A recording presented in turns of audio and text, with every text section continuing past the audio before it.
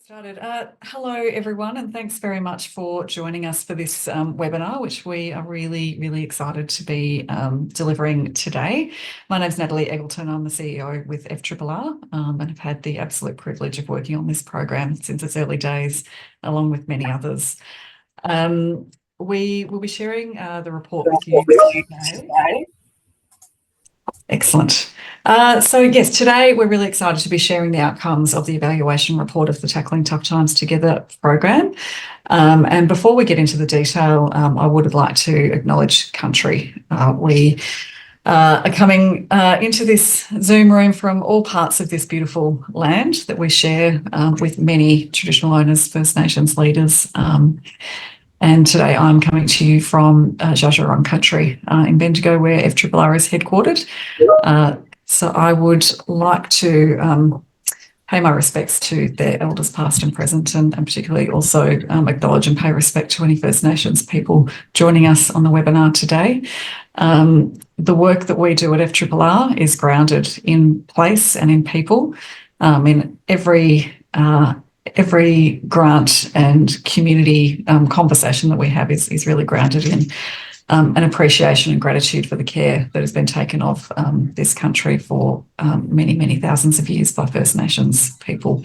And we are very honoured to be able to walk alongside those people in stewarding care for country and in stewarding a future where everybody can live well.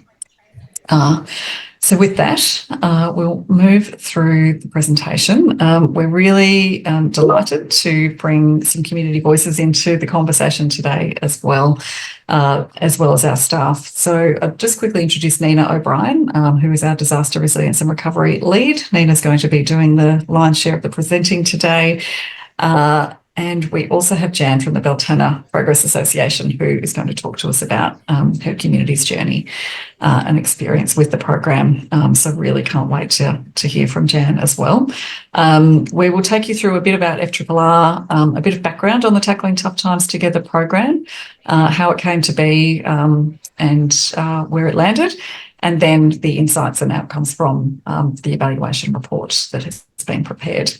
There's a significant amount of learning for the future in this work, which is, I guess, the reason we undertake evaluation. It's both to learn what happened and what worked, what we might do differently, but then what this might inform for future, particularly policy making around funding during dry times in communities. And I'm mindful we've got a few government friends and colleagues on the line today as well.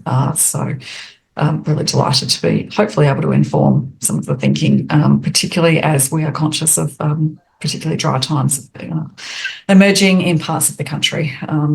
So it's probably a timely report, I would say. I'll also, just as we move through, acknowledge some of the other team on the line. Brooke Williams, who is part of the team, is driving the slides today and helping us with the running of the show. And Fiona, who's also here, I can't see her face, but some of the program team who have worked on this program and worked on the evaluation report. So also just grateful for your support today, but also all of the work you've done on this program. So with that, Brooke, we can move on to the next slide. That would be great. So I'll just give you a bit of a 101. I feel like most people on the line will probably know a bit about FRRR, but sometimes people just know parts of FRRR, the parts that they are involved with or engaged with. So I thought I'd start us off with a bit of a 101. So FRRR was established in 2000 as a partnership between philanthropy, government and business as a platform and a mechanism to enable funding, in particular, to reach remote and rural Australia and to reach places and organisations that are typically locked out or experience inequity in being able to access funding that is right-sized, fit for purpose and aligned to their genuine needs and future aspirations. So the model is quite unique in FRRR, acting as a backbone and a conduit to enable that funding. We also were established and continue to do work that's focused on generating insights and advice on best practice approaches to strengthening the vitality and resilience of regional Australia as a whole, and as a mechanism that can adapt with communities and and really provide that linkage and that brokerage between the funding system, policy system, and what communities are driving.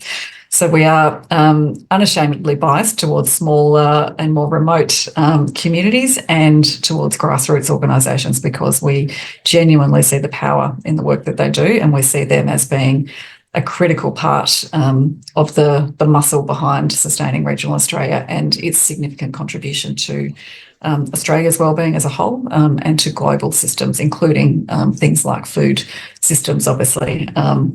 And in considering a program like the Tackling Tough Times Together program, which was very focused on largely agricultural dependent regions where food production happens, food and fibre production happens, that shining a light on what those communities both were experiencing and how funding support through a philanthropic program like Tackling Tough Times Together could support their wellbeing during that difficult time.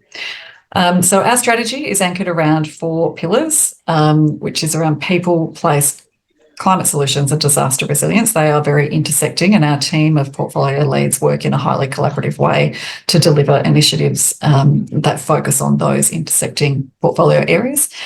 So when we talk about people, we are talking about the not-for-profit organisations that I was just singing the praises of, and the leadership and capability within communities who are essentially the doers of regional Australia. When we talk about place, we are talking about both place making, so strengthening the livability of communities, and also place-based approaches to investment. Climate solutions obviously intersects very closely with disaster resilience, and it's a newer portfolio area for us. We're interested in how to support communities to respond and to adapt to a changing climate on their terms. And we've got a range of grant programs that are supporting that work. And then disaster resilience, which is we incorporate drought and fire flood together in our disaster lens, even though in policy settings they are separated. So we are very focused on strengthening the enabling conditions in communities to be able to both withstand and respond to environmental and disaster shocks, but also to really be stronger in the future so that they are less affected if and when they do occur. Thanks, Brooke. So at a glance, the last financial year, or the 23 financial year, was a record year for FRRR. So just to give you a sense of the scope and the breadth of funding that we provide, in that financial year, we distributed just over, or around $22.5 million to just over 1,000 projects nationally. And those projects were worth $62 million. So every grant that we make typically is either a contribution to a project that has other sources of funding, or quite often is the catalyst or the first mover to get other funding at the table as well. So we're really excited by the leverage factor that philanthropy can play with communities. And the focus of that funding was quite broad, but significantly around community resilience, which includes the types of things you will hear about Nina speak to in the Tackling Tough Times Together report: community wellbeing, social connectedness, places together, intergenerational engagement, etc. Organisational resilience and capacity is also a significant part of our work, and it speaks to what I said earlier about investing in organisations and the grassroots kind of people power within regional communities. And the rest are probably fairly self-explanatory. I can say that this last financial year, the 24 financial year, was a similar set of figures. It was closer to $25 million in distributions. And to date, since being established in 2000, FRRR has distributed just over $200 million to about 17,000 initiatives.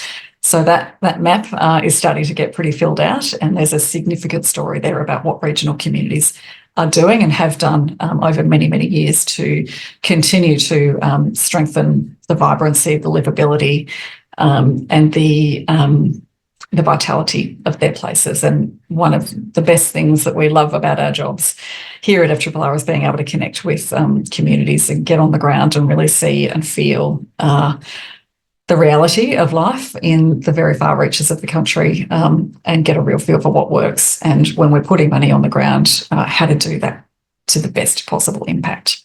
So we look forward to sharing our annual report for the 24 financial year shortly. It will be out in the next couple of months with many more stories of impact. So I've spoken a bit about the volume and the numbers behind grant programs and a bit about our strategy. We're often asked, how on earth do we do that? And how do we choose what we put money into, and how do we deploy funding?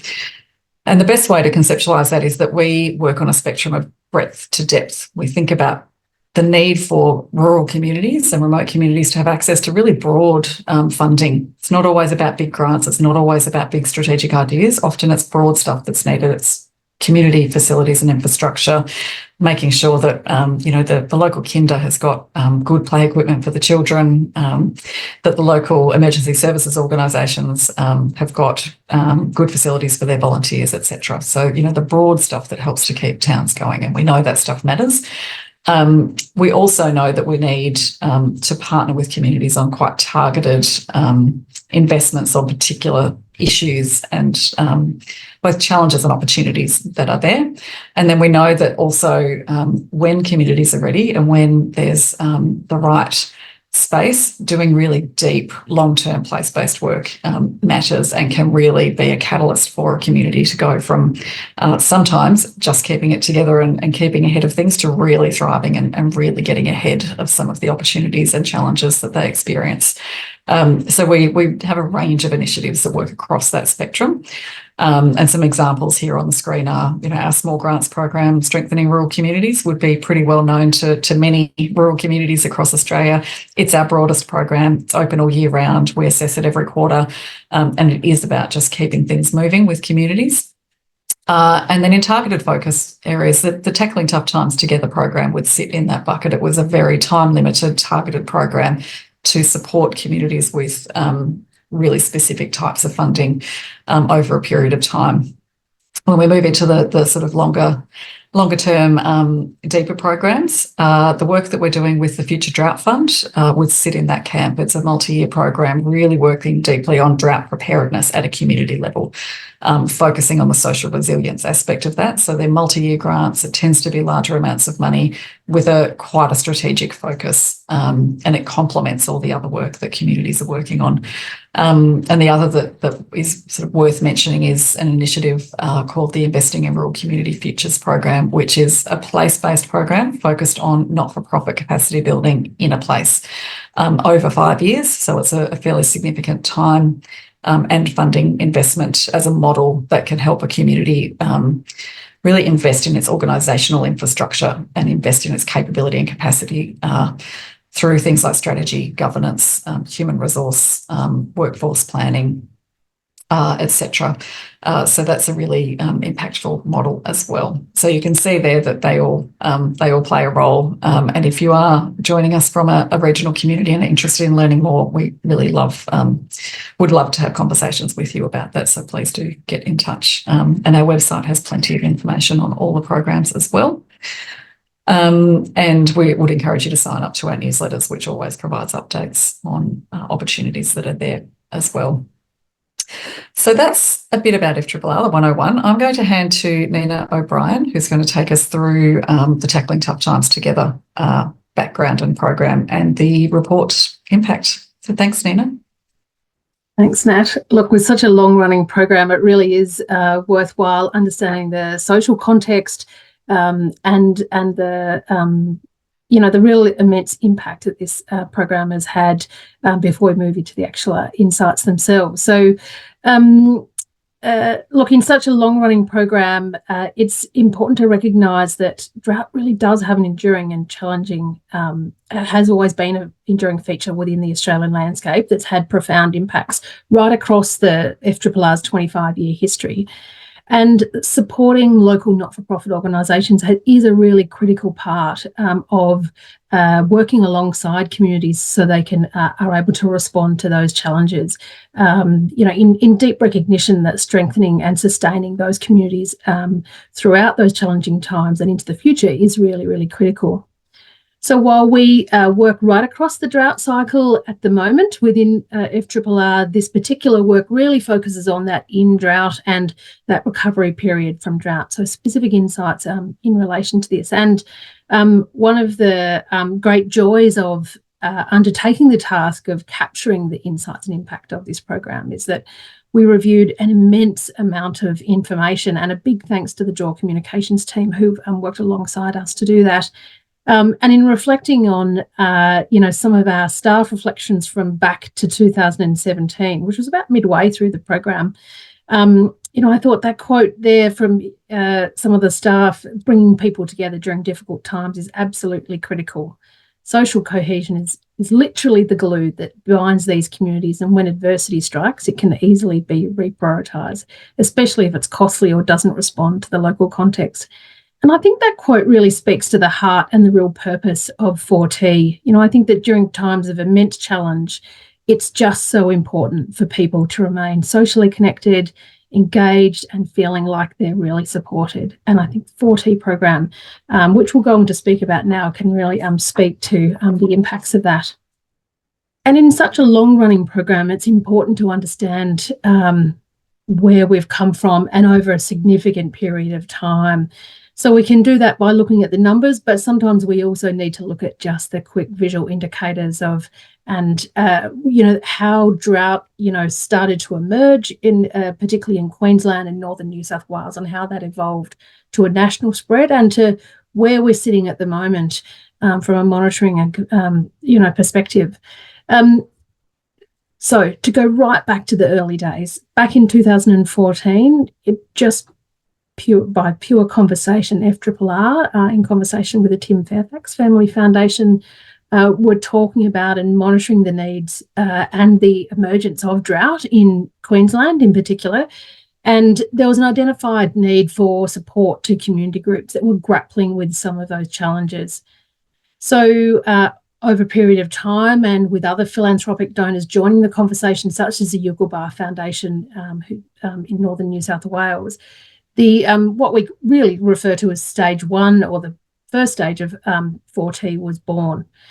That saw 10 rounds of funding launched midway through 2014, and really took us up to around early 2018, where you can see on the diagram to the right there, which was in December 2019, you can start to see how drought started to spread, and very significantly spread right across Australia. The dark red and the pale red were their rainfall indicators. So that's just one of many indicators that we use to assess, where that drought impact was.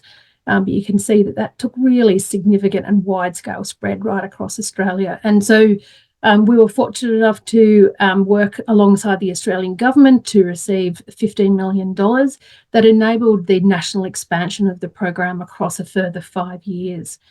That enabled us to really meet the needs of communities that were becoming very prevalent.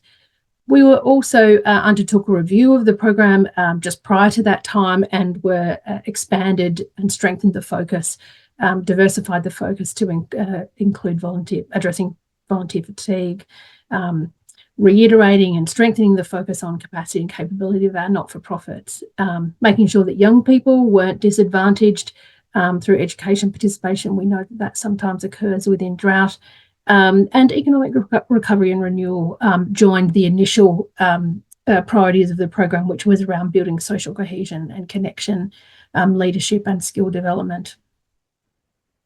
So throughout a further 4 years period of time, we had really regular grant rounds. From an operational perspective, it was, we were very busy. There was significant community need that we were meeting on a regular basis, and we'll talk to the benefits of those regular grant rounds as we move through the presentation today. We then reached the final and natural conclusion with the general abatement of drought in early 2022. We were very pleased to see that we were able to support communities through that long recovery period. We know that recovery doesn't happen quickly, and as soon as it rains, it doesn't mean that communities no longer need support. So we're able to support them through that sort of longer sort of tail period up to a point of mid 2022. So since that time, we've been with COVID and bushfires and a whole range of other community level challenges, have been working alongside the 681 projects. So they reached their natural conclusion and gathering all of the deep insights. It's been an immense privilege to gather the insights and learnings from these 681 projects. And look, I speak on behalf of the entire FRRR team, who many people have played a role in this process, and I'd like to take this opportunity to absolutely acknowledge their strong work in that regard. So that's been reviewing our final project reports. It's been collating insights and chatting to so many people on the phone and email. We've developed a series of videos.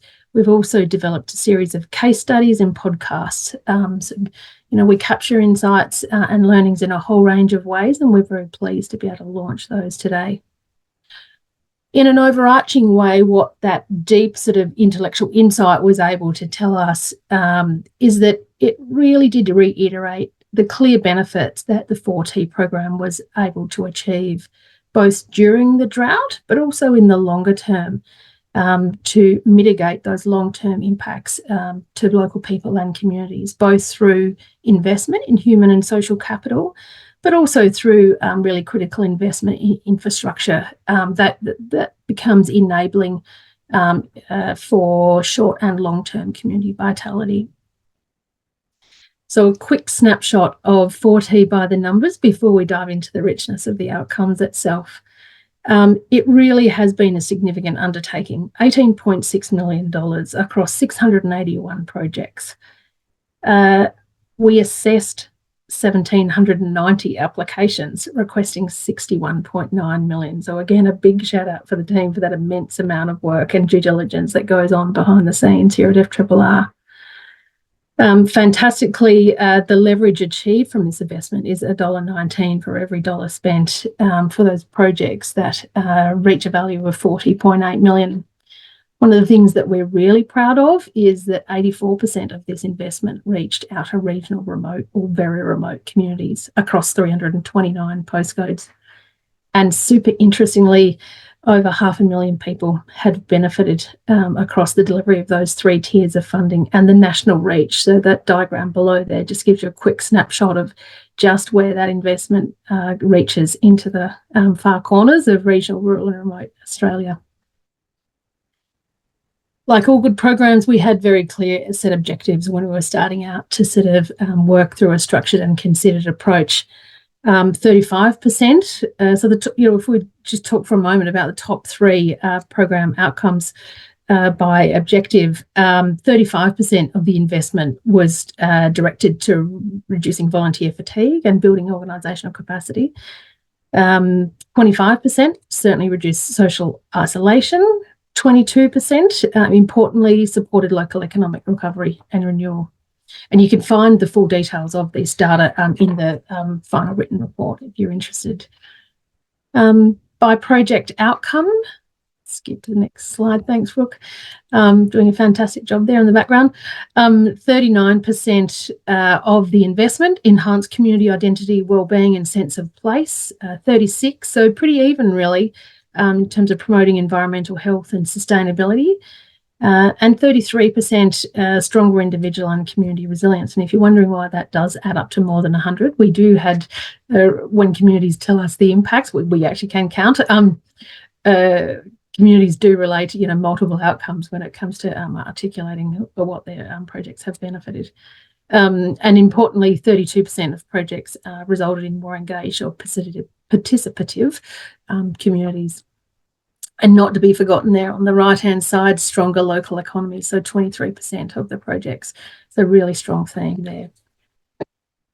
So as I mentioned, we will provide details to the full report at the end of the presentation today. We have landed on some key report findings and some key insights. So I'm just going to skate through the key report findings for a moment and then reflect for a moment then on the key insights. What we learned is that investing in social capital while communities in drought is really critical. The feedback from more than 600 grant recipients really provided a strong evidence base relating to the need for long-term investment in social and human capital that really made significant inroads into offsetting the impacts and challenges that drought presents in communities. We also saw that locally based not-for-profit organisations play a critical role during drought.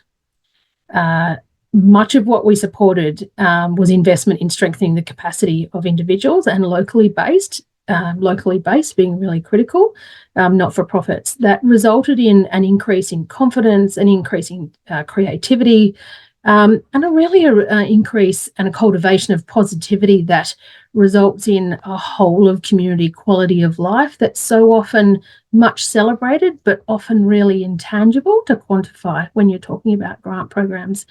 And importantly over time, it really contributes to building a sense of hope for the future. And in the context of drought, that's not to be understated.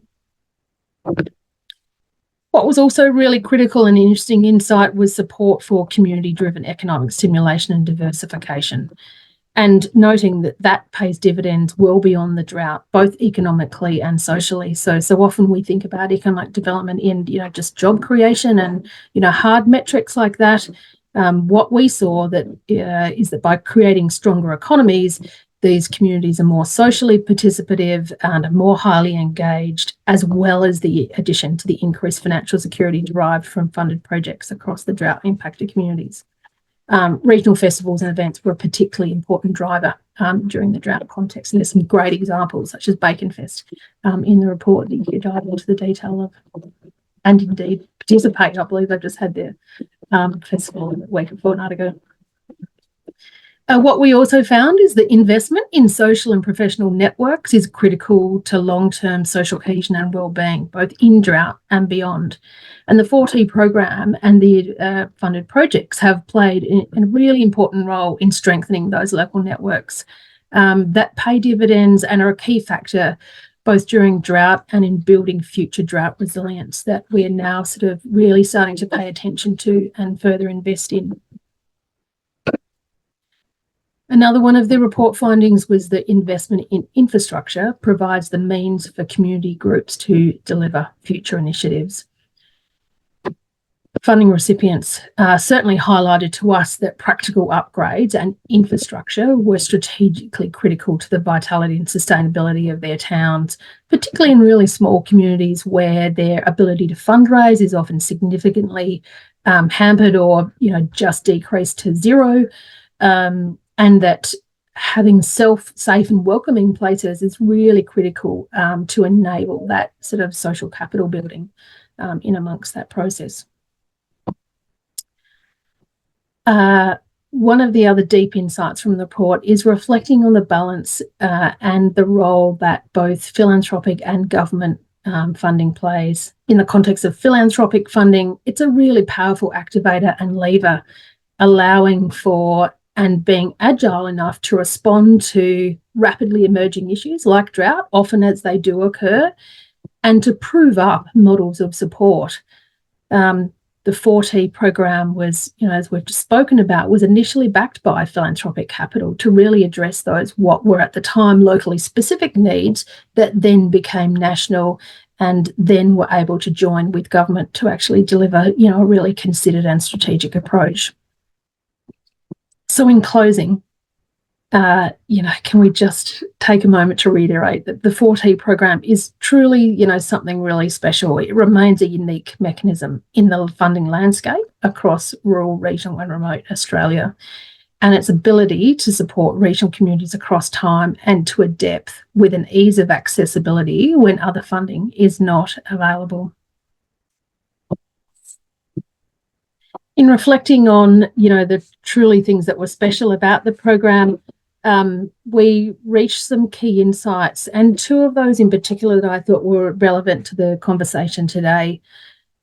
Targeted investment over time, and Jan will speak to this from a really practical community level in a moment, but from our perspective, availability of funding with known continuity over a longer than usual period of time, so 18 months in this particular regard, with 4T, is really critical to allow communities who are often stressed and need time to both plan effectively, to get their great partners on board, but to deliver at a pace that's relevant to them and to the depth that's relevant to them as well. So often what we see within communities is that they will have a series of grants over time. And look, by some grant makers, that's seen as less than positive. But I guess we take that opposite view in that small, manageable grants that are particularly locally driven build a really critical momentum that have cumulative impact over time. And I think Beltana is a fantastic example. And I'll let Jan speak to that at a moment in terms of what that's meant for them at a local level. And, of course, one of our other deep insights too is the power of philanthropy and the vision and the capacity that philanthropy uniquely has to work alongside not-for-profit organisations like ours to act as the mechanism and the enabler to deliver that support to communities in a way that is agile and allows us to meet that need both in the short term but also over that longer period of time as well. So, Jan, I'm going to hand over to you to speak about what the 4T program has meant at a local level before we dive into some other insights around the program. Look, thanks, Nina, and it's been an absolute privilege to be involved in this program. Beltana is a community of 28 people. We are a tourist destination. We're a state heritage town. We run events based on the confidence we got from the money that we got initially from FRRR to run a small event. We now run 2 annual events for high-end cabaret shows at Beltana, but we needed to get the confidence where the money wasn't we didn't have the money to run it without FRRR. We now do have a fund where we can run events and take the risk ourselves. It's really important to realise when you're talking about Outback South Australia that we don't have councils and we don't have shires. So we don't have a lot of the fundamental supports that other parts of Australia are used to. And in our case, we don't have any town water. Now, when you start talking to people about a town without water, they look at you like there's something really not quite right there. And we all pull our own water out of the reef aquifer in the town. But one of the things was a bore was essential for us to being able to do anything. The little town hall that you see there is built in 1879, the oldest corrugated iron hall in continuous use in Australia. But we didn't have any water there other than rainwater. When we got the bore through the drought, we had a well before, but that wasn't particularly fruitful. And we put down a bore which has got a very good flow, which has enabled us now to actually completely restore the hall. It's enabled us to put irrigation. There's now landscaping around that hall, and it's also enabled us to set up a caravan park. So we now have water for tourists. We have toilets and showers. We run it as a non-attended caravan park, all electronically online, and those funds go directly back into our community. So for the first time, we've got money to do things ourselves, which we never ever had. So some of those things that you read in this report about the tier of how the investment helps, very much true in our case. Once we had the water, we were able to get a desalination plant put in by the government. The desalination plant is free. So if we go into drought again, any of us can get potable water for free at the hall and not be at the vagaries of the rain, which sometimes just doesn't come. The place where you see myself and the other Jan standing in, that was our cellar, which we got another grant to restore. Interestingly, it was the ANZ Seeds of Renewal grant program that was prepared to give us our first shot at commercial enterprises. This is open for the tourists sometimes a week. It's all dependent on volunteers, so it depends when we're around. But we run a bar there and we unashamedly make money out of the bar. So tourists can come and look at the art, have a drink, and enjoy chatting to locals. Just a few things about the process with FRRR is relatively easy. We're all time poor volunteers, and it's easy just to write a grant. It's not a difficult thing. You've got to put the appropriate justification and have an appropriate budget and all those sorts of things, but it's not a difficult process.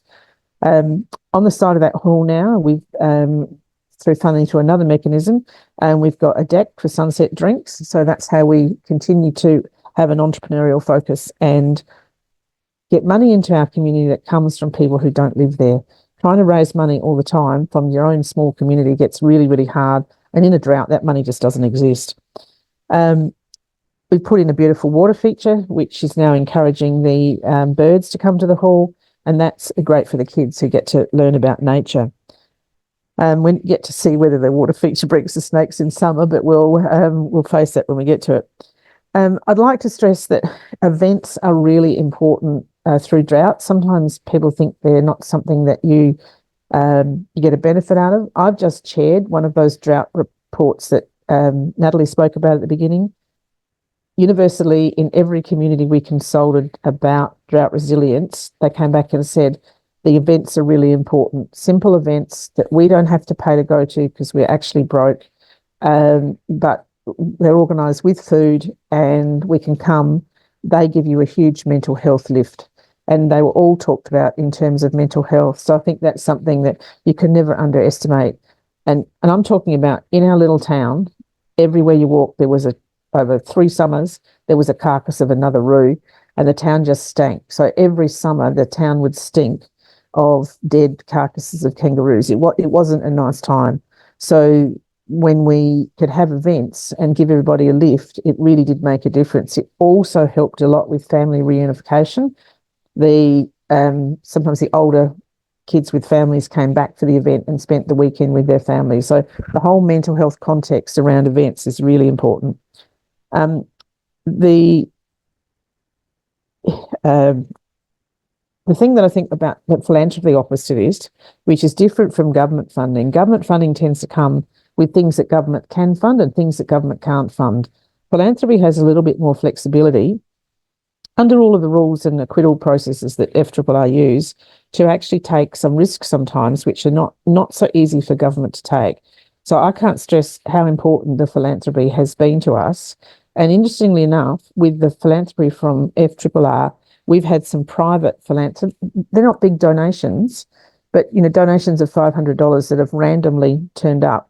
We've got an online site where you can donate to us. You don't get a tax deduction, so it's not somebody that anybody's particularly benefited from, but they have actually been really taken with what we've done and just sent a random amount of money through the website. So, that's something we never envisaged would ever happen. But it did happen because people have been taken by the amount of community spirit that's gone into this. So just in summary, from a grant for an event and a grant from a BOR, we now have more ongoing program of events.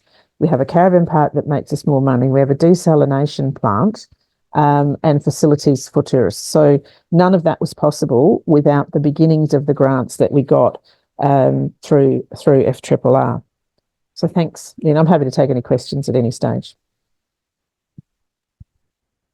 Thanks, Jan. And we have got some time at the end for questions. So feel free to hold those over to ask Jan. Thank you. So as we move towards the end of the presentation and, recognising that we have got some of our valued both philanthropic and government partners on the line today, and the report does go into deep detail in terms of our recommendations and learnings for the future.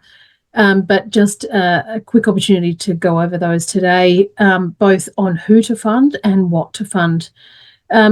We believe that locally based not-for-profit organisations are really critical in the context of drought. They're the closest people to the ground.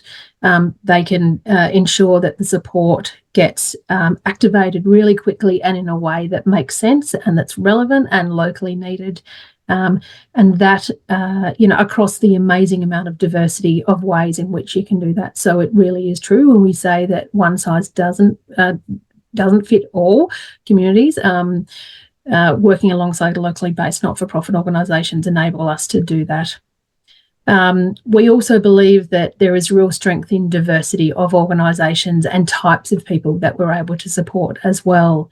If you take a look at the long list of grant recipients, you'll see that there's a really diverse cross-section of community-based organisations that play a role in drought that are often under-recognised. Just for an example, people that organisations that particularly support young people or women, or other particular types of organisations are just as important as, organisations like Progress Associations that do support the entire community. So a really great balance there is really critical. In terms of what to fund, thanks, Brooke. Projects, we really look to projects that have grassroots impact. The most important support and activities to build drought resilience are the ones where grassroots community members, so individuals and the organisations themselves benefit. That is certainly where drought is most keenly felt, and if we can get that support to them quickly and in a way that makes sense and it's as simple as possible, that's where we start to really see that significant impact. We also believe that investing in people is really critical. So often in the context of drought, we think about the economic impacts or the environmental impacts. We also believe that investing in people and the systems and processes that drive and activate regional communities are just as important. So supporting things like leadership skills and individual capacity is really critical and just as important as physical infrastructure. Sometimes the two work hand in hand as well. And so our flexibility in how we deliver this support is really critical. Investing in social capital and really recognising the value of that is really important. Recognising the importance of social connectedness, the value of community networks and deep social bonds, particularly through volunteerism, is really critical. Flexible funding, particularly through drought and as we've experienced within the 4T program, all of the other types of community level challenges that might arise. It could be floods, it could be COVID, it could be other economic or significant industry disruptors that impact communities. We know that it's not as simple as just one particular climate impact at any one time.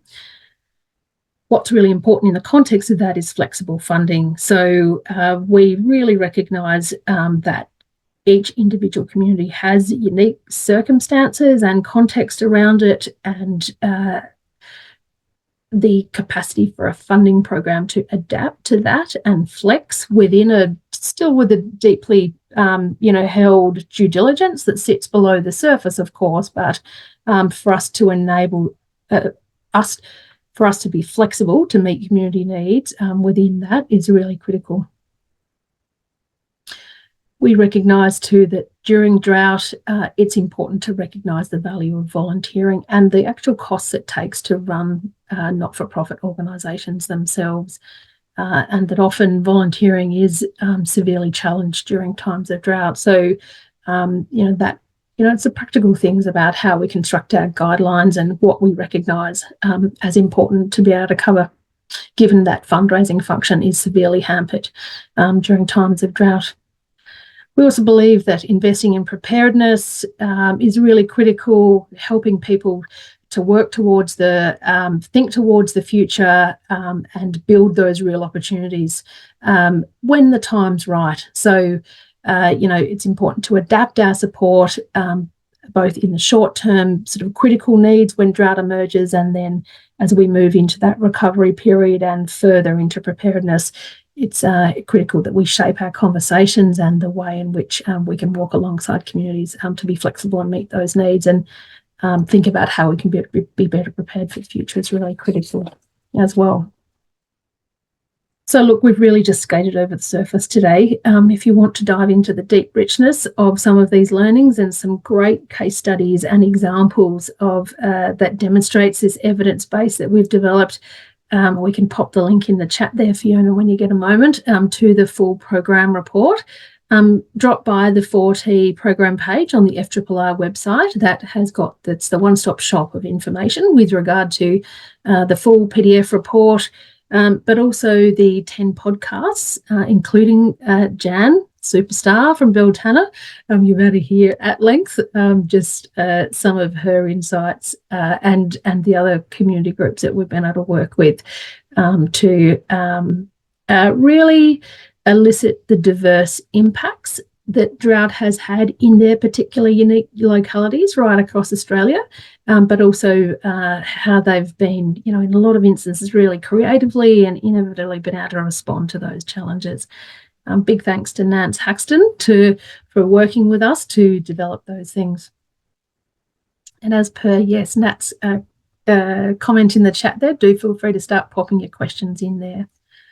We also have a range of videos that are available both on our YouTube channel, but also in 2020 we were fortunate enough to receive the Philanthropy Australia Award for the Best Grant Program, and we're very pleased to be able to recognise the work of communities and the work of the staff at that time. But that's a really great visual example of some of the communities that we've worked with as well in regard to that. So across to you, Nat, to wrap up. Thank you, Nina. There is a lot in the report, and that you've covered the territory well. And I think it's just a really, I hope, useful evaluation report for anyone thinking about how to support communities through disruptions like a drought, and some of the ways to think about funding effectively through those experiences in community. It's certainly given us a lot of reflection, a lot of reminders, and pleasingly a lot of validation to the approach. And thanks, Jan, for your words as well, which have brought home just the reality of life in some of our inland communities, 28 people in a population, and all the things that you do to keep that place and create a place that's really vibrant is just so inspiring. And I know hearing from people like you just brings it home in such a beautiful way. I hope the snakes don't come in summer, but we know when it gets hot that water is something they like. So we have to come up with some other innovation to keep the snakes away at the same time. So we've talked a bit about the power of philanthropy and the power of leverage and the power of collectively working together. And so it's really important to specifically call out and acknowledge those who came early, so particularly the Tim Fairfax Family Foundation, and I can see some of the TFFF team online today.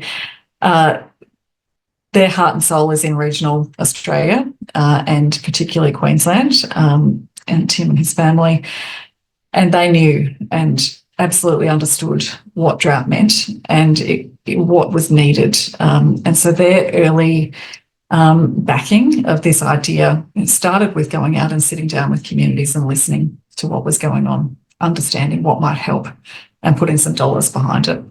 And that was an immense sense of generosity and an immense sense of care for the people of the land. And their generosity is immense in many other ways. But without that first mover, this program wouldn't have happened. And I would add the foresight to be able to see early just what was happening and just how bad it was getting. And Queensland was in drought for many years. It's only been quite recently that drought has truly broken up there. And so their patience, their long-term view of investing in communities and really giving to where communities need it was the catalyst for others to come on board. So the Yugambeh Foundation came on board as the northern New South Wales region started to experience drought, and they partnered in the program for a number of years. And then, as Nina illustrated earlier, the drought started to really spread. Dry times were becoming the norm across much of Australia, and so a number of others came on board there, and we've listed some there. There were many everyday people who gave small amounts, large amounts over a sustained period of time, and were really the backbone of the program for a long time. And then obviously the federal government, along with state governments, recognised that this was a national issue and put $15 million into the program, which enabled it to go national and enabled it to run for a number of years to come. So our gratitude to the Australian government as well for trusting us as partners and for doing what is not always the natural thing to do, which was to back an existing platform and program. It would have been very easy to try and set something else up and very tempting to put something else together. But to their credit, they saw that the Tackling Tough Times Together program was getting really good outcomes and was targeting the same sorts of issues that had been identified as needing support. And so they came on board and backed that program. And through a pretty, tumultuous time because the bushfires, the 2019 bushfires occurred around that time, as well as floods in northern New South Wales. So there was a lot going on that governments and policymakers were wrestling with. So my immense gratitude from the board. I would also like to acknowledge a couple of directors who are online today. Georgie Somerset, you could see, has jumped online, and Georgie had been involved in this program as a community leader, community member, committee member for the Tackling Tough Times Together program for a significant period of time as well, and has certainly lived and breathed drought plenty in her time, and was a great source of insight and wisdom for us as we worked through this program. So huge thanks to you and all of the other committee members that have been involved in helping us to assess the grants over time. It's certainly more than a team effort. It's a collective, and the community members themselves are at the heart of that work as well. So huge thanks. I would also just like to finally wrap up before we go to some questions with a final acknowledgement of the staff who I've just referenced a bit. There have been a lot of people involved in this program over time, including a previous CEO, so Alex Gartman, who was CEO before me, who really developed this program with the TFFF and some early program managers. So a few photos there. The bottom left photo is from that 2017 tour, which really kicked off this program. And you can see in that photo Patrick Meyer, who was a director then, Bruce Scott, who was the mayor of Barcoo at the time, is a mayor somewhere else at the moment, having a blank, and eventually joined our board as well up until quite recently. And then Alex on the side there as well, and a number of the other program staff out in communities. So it's certainly been great for so many people to have had a hand in this over time, and acknowledge it in as well. So we're going to move into some questions now. We've got 5 minutes left, and I'll hand to you, Nina, to facilitate those. Just quickly check the chat. Feel free to put your hand up, or just be so bold as to take yourself off mute and throw a question around. Surely you've got a question for Jan about how things are rolling in Beltana at the moment. Nina, while we do wait, Jan, I've got a question. Tell us a bit about Beltana. We've heard the population size, we've heard what you have done as a revitalisation. What happens there? Otherwise, what's the industry? What do people do? It's mainly tourism, and we have a number of retired people in the town, younger families with kids. They obviously go to school, but it's mainly tourism. But we're known for being the home of the RFDS, a wonderful philanthropic organisation, and we have a significant place in South Australian history, pre-colonial and post-colonial history. So people come as a tourism destination, and we are the closest town to the new Nilpena Ediacara National Park, which is where the Precambrian fossils are. So that's unique in the world and will be World Heritage listed shortly. So our reason for being by this stage is really tourism, but there's a core of us who just love to live there.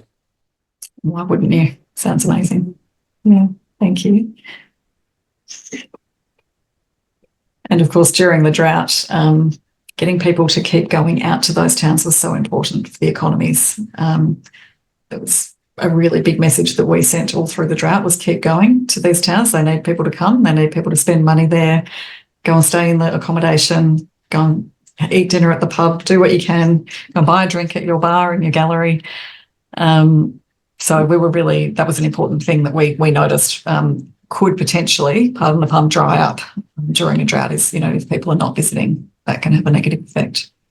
It's quite comical when they tell you about the dust and tell you that the dust's a problem, and you're sort of going, oh, really?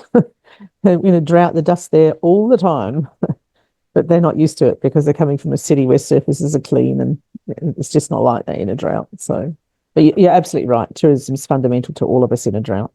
Jan, can you reflect on one of the chats we were having the other day was about the impact of events, both with local people, but also your visiting family as well as tourists? Sure, we've found our events, and we do the demographics of this through feedback. They split into thirds. One is our locals, the other is regional locals, and the other are tourists who come, like we spoke about before, But what we include in the locals is the family reunification, and a lot of people come back for that. So the events are really important because your locals need to see their families and, have reasons to reconnect. Your regional locals, they're looking for something to do to boost their spirits. But the tourists come and they stay in the motels. They genuinely contribute to the economics of the area, which is just so important in drought. Brilliant. Well, if there are no final questions, we might I think there's farewell everyone. I think there's two hands up, Georgie and Katie. Oh, sorry. It's all It's right. not coming up on my screen. Georgie, Katie. Oh, there you are. Katie, we might start with you. Sure. Sorry, I haven't got my video camera on Zoom enabled. Sorry, we have departmental issues. But I'm part of the Future Drought Fund. I've actually done some work with you guys, obviously, as part of our work. I've delivered the Science to Practice Forum, and we've had you guys on the program agenda. So just wanted to reiterate, great work.